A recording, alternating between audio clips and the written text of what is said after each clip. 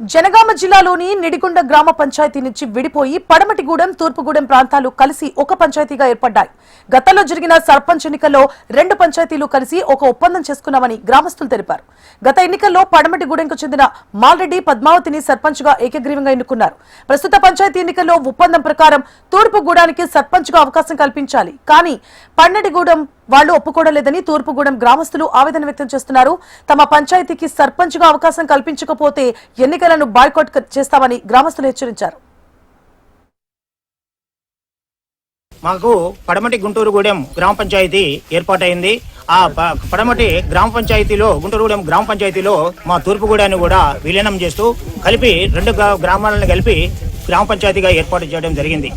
అందులో భాగంగా అక్కడ సభ్యుల యొక్క సంఖ్య, ఓటర్ల యొక్క సంఖ్య ఎక్కువగా ఉండటం వలన వారు కోరారు ఏంటంటే మొట్టమొదటి గ్రామ పంచాయతీ కాబట్టి మాకు సర్పంచ్ పదవి మాకు ఇవ్వండి అని కోరడం వలన అందరం కూడా బంధుత్వాలతో ఉన్నటువంటి వాళ్ళం, అంతా రెడ్డి కమ్యూనిటీలో ఉన్నటువంటి వాళ్ళం. మనకి వర్గ వైషమ్యాలు, భేదభావాలు, తేడాలు అనేది ఉండొద్దు అనేటువంటి యొక్క భావనతోటి మేమందరం కలిసి ఇక్కడ మేము వాళ్ళకి ఇవ్వడానికి నిర్ణయించుకున్నాం.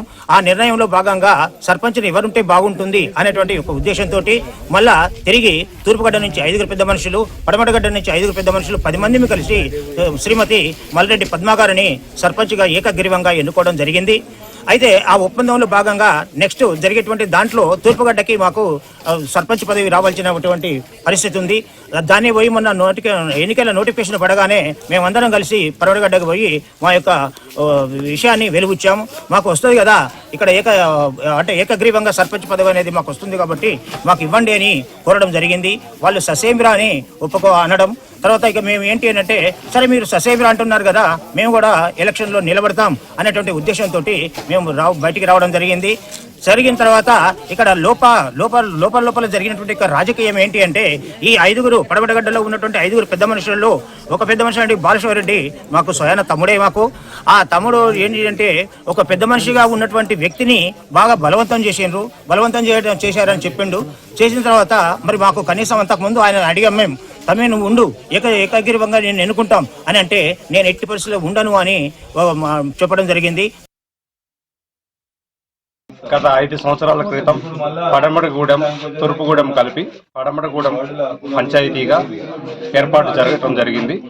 ఆ సమావేశంలో తూర్పుగూడెం పెద్ద మనుషులు, పడమటిగూడెం పెద్ద మనుషులు కలిసి ఏకాభిప్రాయంతో పడమటిగూడెం ప్రజలకి సర్పంచ్ పదవిని యునానిమస్ గా ఇవ్వటం జరిగింది. ఒప్పందంలో భాగంగా వారు రొటేషన్ పద్ధతిలో సెకండ్ టర్మ్ తూర్పుగూడెం ప్రజలకు ఇస్తానని హామీ ఇచ్చారు. అది వారి ఊరి గుడి రామాలయం ముందు మాట్లాడి నిర్ణయం తీసుకోవటం జరిగింది. ఇప్పుడు కొత్తగా ఎలక్షన్ నోటిఫికేషన్ వచ్చాక మేము వారి దగ్గరికి వెళ్ళి మా గ్రామం పెద్ద మనుషులతోటి కలిసి వాళ్ళని సమావేశపరిచి వారికి మా యొక్క విన్నపం చేశాము. పోయినసారి ఏ విధంగా అయితే మీకు ఏకగ్రీవంగా ఇచ్చాము రొటేషన్ పద్ధతులని మేము కోరుచున్నాము. పడమటిగూడెం పంచాయతీ ఎటువంటి సంబంధాలు, బాంధవ్యాలు మేము పెట్టుకోకూడదని నిర్ణయించుకున్నాము. అదేవిధంగా ఈ తూర్పుగూడెం ప్రజలు రాబోయే ఎంపీటీసీ, జెడ్పీటీసీ ఎలక్షన్స్లో కూడా పోలింగ్ బూత్ పడమటిగూడెంలో ఉంటే మాత్రం మేము ఎలక్షన్ బాయ్కాట్ చేస్తాము.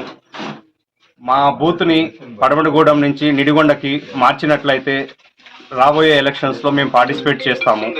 ఇప్పుడు మాత్రం ఈ సర్పంచ్ ఎన్నికలను బాయ్కాట్ చేస్తున్నాము. ఇక నుంచి మా ఓట్లని నిడిగొండ గ్రామ పంచాయతీలోకి చేర్చాలని కోరుచున్నాము.